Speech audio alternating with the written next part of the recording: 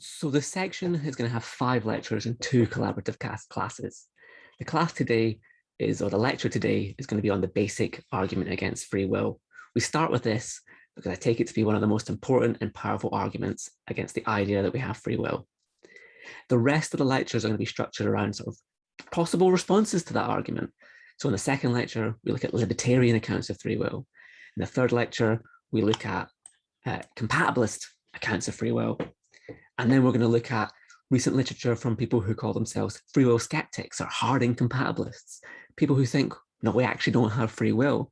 But rather than think that that's some sort of terrible conclusion, many of these philosophers have sort of tried to set out ways in which we can understand this as being actually quite a positive conclusion. Perhaps living without free will is not so bad. We're not going to lose all the things that are important. And then finally, we're going to look at, we're going to go and sort of make a sort of deep dive on a very influential paper by a philosopher called Peter Strawson. This paper is called Freedom and Resentment, and it's hard to sort of really explain how influential this has been because it's influenced so many philosophers in so many different ways. But one of the reasons it's done that is because it's a very dense and difficult paper. So what we're going to do is we're going to sort of go have a sort of intensive read and sort of intensive way of really focusing on interpreting the issues here. It's going to be a hard class. I think it'll be harder than all the others, but I think it's important to do this. It's important to have a session where we really try and sort of break down a hard paper.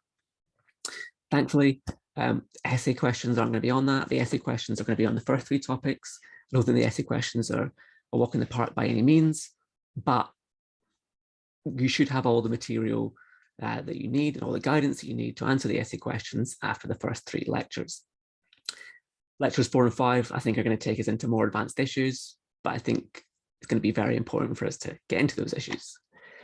Now, the collaborative classes, these will involve an introduction by me, and then you'll be talking with the graduate teaching assistants.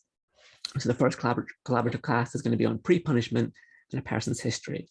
So you're going to have exercises on talking about whether it's morally permissible to punish someone before they've committed a crime.